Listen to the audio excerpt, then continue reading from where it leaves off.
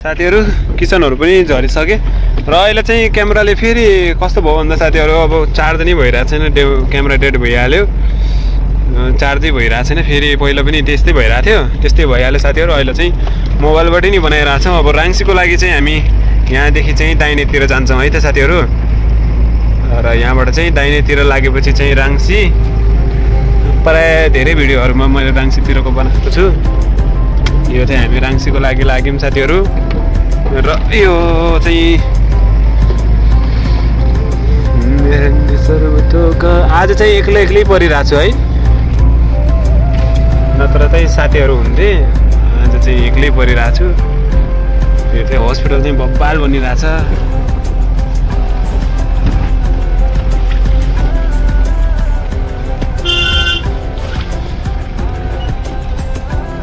त साइड हेर्ने पनि ए आमा हो यहाँनिर त यो ढुङ्गा गराइदिने छन् त यार के होला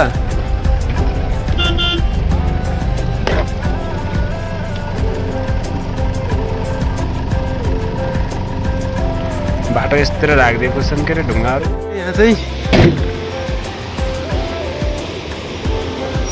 यो चाहिँ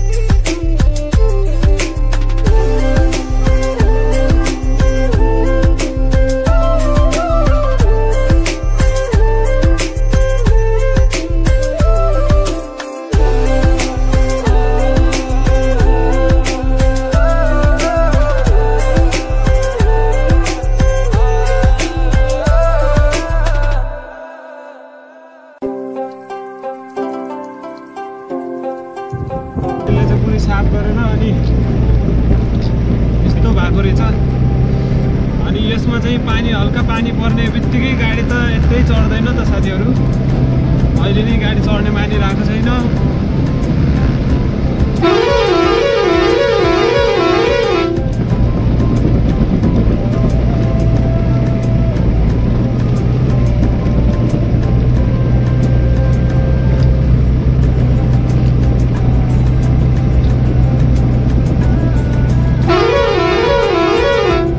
मसिन गएको रहेछ साथीहरु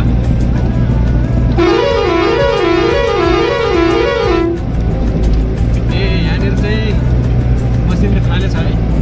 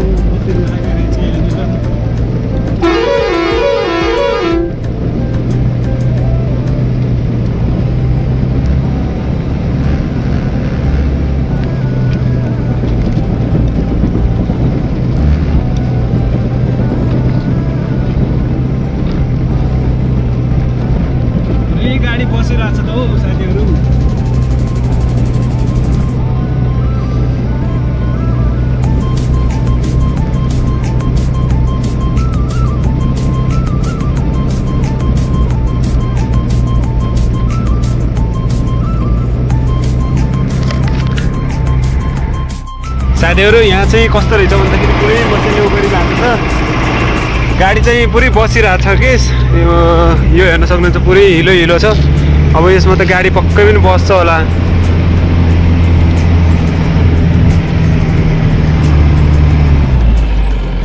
यस्तो बनाइदिएको छ यार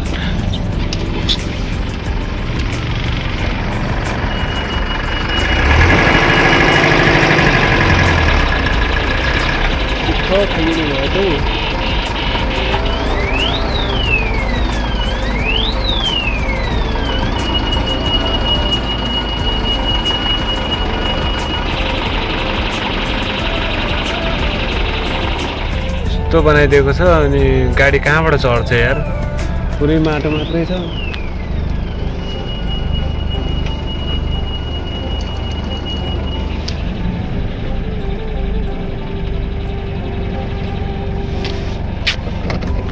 तनाव गराइदियो त यार के को मसिनले साफ गर्नुहुन्थ्यो मसिनले बनाउने त त्यस्तै हो झनै बिगारेको जस्तो मान्छु नि यार यहाँनिर चाहिँ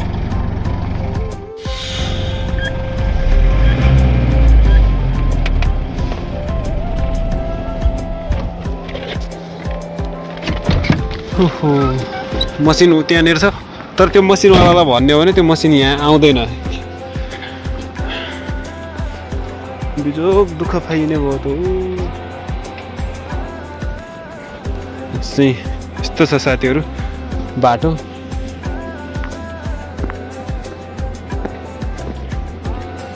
यहाँनिर चाहिँ योबाट हालेर यहाँ चाहिँ लिएर यो नि हाल्यो भने पनि कच्चा होला भन्ने डर यसमा गाडी चढ्दैन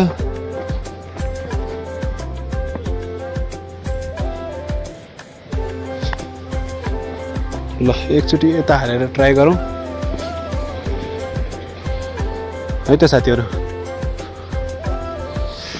यता हाल्दिउँ एकचोटि कतिपय ठाउँहरुमा यस्तै हुन्छ पहिला राम्रो बाटो हुन्छ अनि मसिनले डबल कटिङ गर्नेको चक्करमा लिएर काटेको माटोहरु सबै यही हाल्दिन्छन् मुनि पनि त्यस्तै भएको छ बल्ल बल्ल यहाँ आयो माथि पनि त्यस्तै होला अब त्यहाँनिर तनाव भयो त नि यार साथीहरु त्यहीमा एक्लै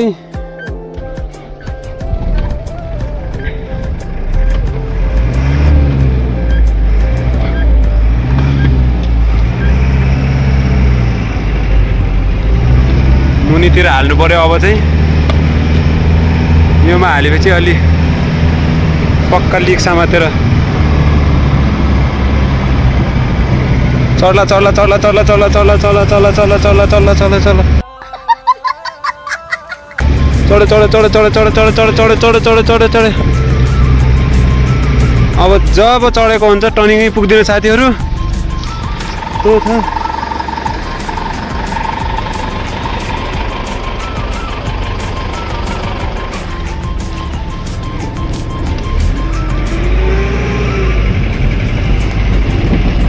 ल साथीहरु गाडी चाहिँ चढिहाल्यो अब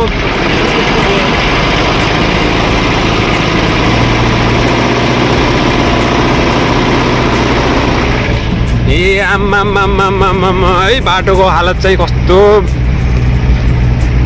नयाँ कटिङ भयो भने चाहिँ त्यसमा अब के माथिबाट कटेको माटोहरूलाई चाहिँ मुनितिर फाल्दिएपछि चाहिँ यस्तो अप्ठ्यारो नपर्ने अनि भएको माटोहरू सबै यहीमा माथिबाट कटिङ गरेर यहीँनिर फालिदिन्छन् अनि यहीँनिर प्लेन गराइदिन्छन् अनि गाडी त त्यस्तै बसिहाल्छ पानी पर्नुपर्छ साथीहरु त्यहीमा पानी पर्यो भने खतम बर्बाद हुन्छ नि हो साथीहरु गाह्रो छ हो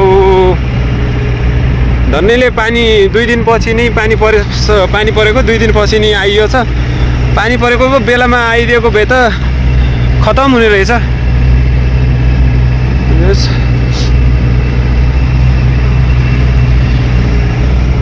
बिजोक रमाइलो पो हुने भयो त हो भन्ने भइहाल्यो त्यहाँ पुरै पानी पुरै यो माटो चाहिँ उस्तो छ कि साथीहरु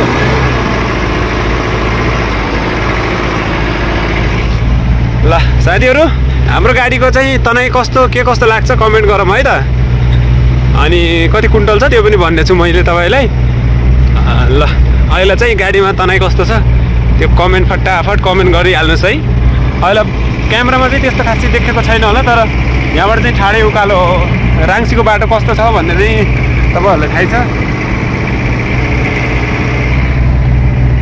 हो साथमा कोही नहुँदा त झन् यस्तो गाह्रो हुन्छ यार साथीहरू।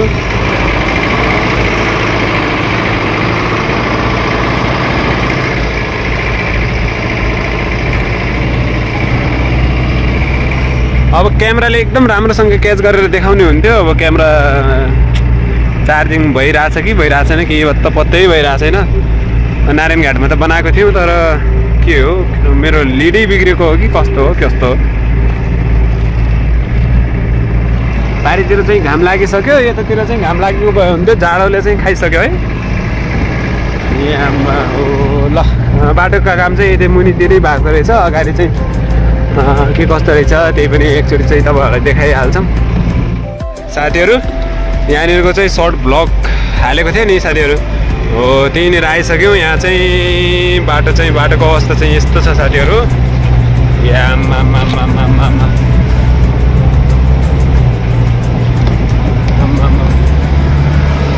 गाडी त चढ्दैन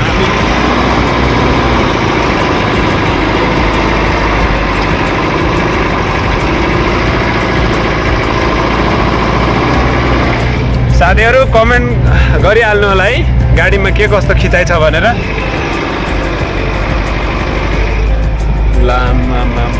गाडी त झोक मारेको बाप्रे। पाहाडको बाटो फेरि कस्तो साथीहरू उकालो पनि छ होइन, उकालोमा फेरि गाडी कोल्टे पनि पर्ने के पुरै यस्तो गरेर कोल्टे पर्ने। अनि डर छ यार साथीहरू। अब त्यसमा झोक्केर हिँड्ने हो भने पट्टासट्टा अब के तोडफोड हुने हो त्यो सबै भाँचिहाल्ने। अनि नहिँडौँ भने चाहिँ बिस्तारै हिँडौँ भने चाहिँ गाडीको खिचाइ पुगेन भने फेरि गाडी ठाउँको ठाउँ त्यही उभिहाल्ने। यस्ता यस्ता बाटोहरू छ।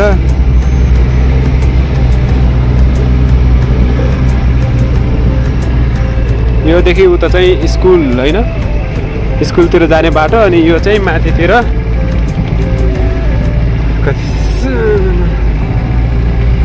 बाप्रे बाप्रे बाप्रे गाडी त